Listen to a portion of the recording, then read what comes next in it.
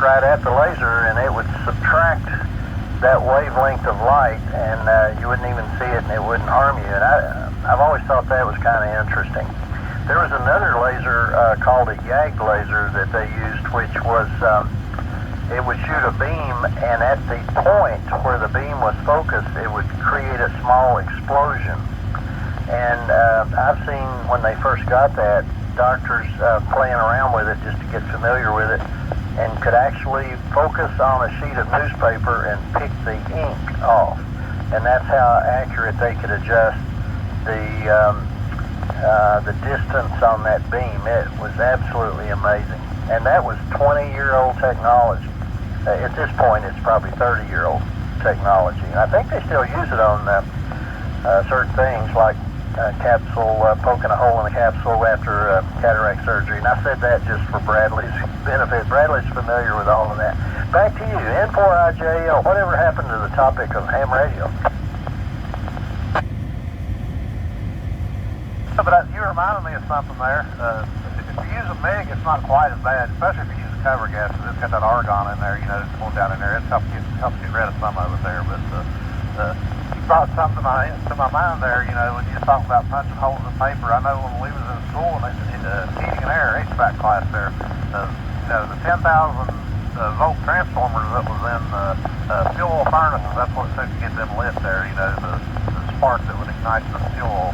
They was 10,000 volts. Of course, it wasn't very high amperage, but it's 10,000 volts. You put a piece of 12 gauge on each side, spread it about an inch apart at the top, and tapered at the bottom there. They called that Jacob's ladder, and it just keeps going up through there. And you stuck a piece of paper in there, it punched holes right through, burn them right through it instantly. The Saginaw Halfwood Amateur. An oil furnace at the other house that the family has, and it had an igniter in it, and I remember 10,000 volts. I think was you didn't want to reach in there and get a hold of it. Like I say, it's low current. It could sure mess your pants up. Yeah, there was a boy in the class there. He had plugged it in. Well, the things was too far apart. You always had to keep adjusting or whatever. But he had plugged it in himself.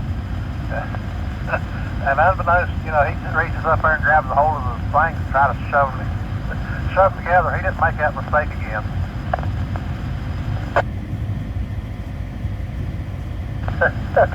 There was a story that used to go around that my dad used to tell. The story's probably 100 years old now or better, but he said they would take a spark plug wire off and lay it on the motor block.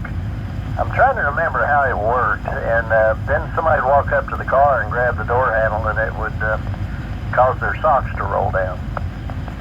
Comment. Air quality alert.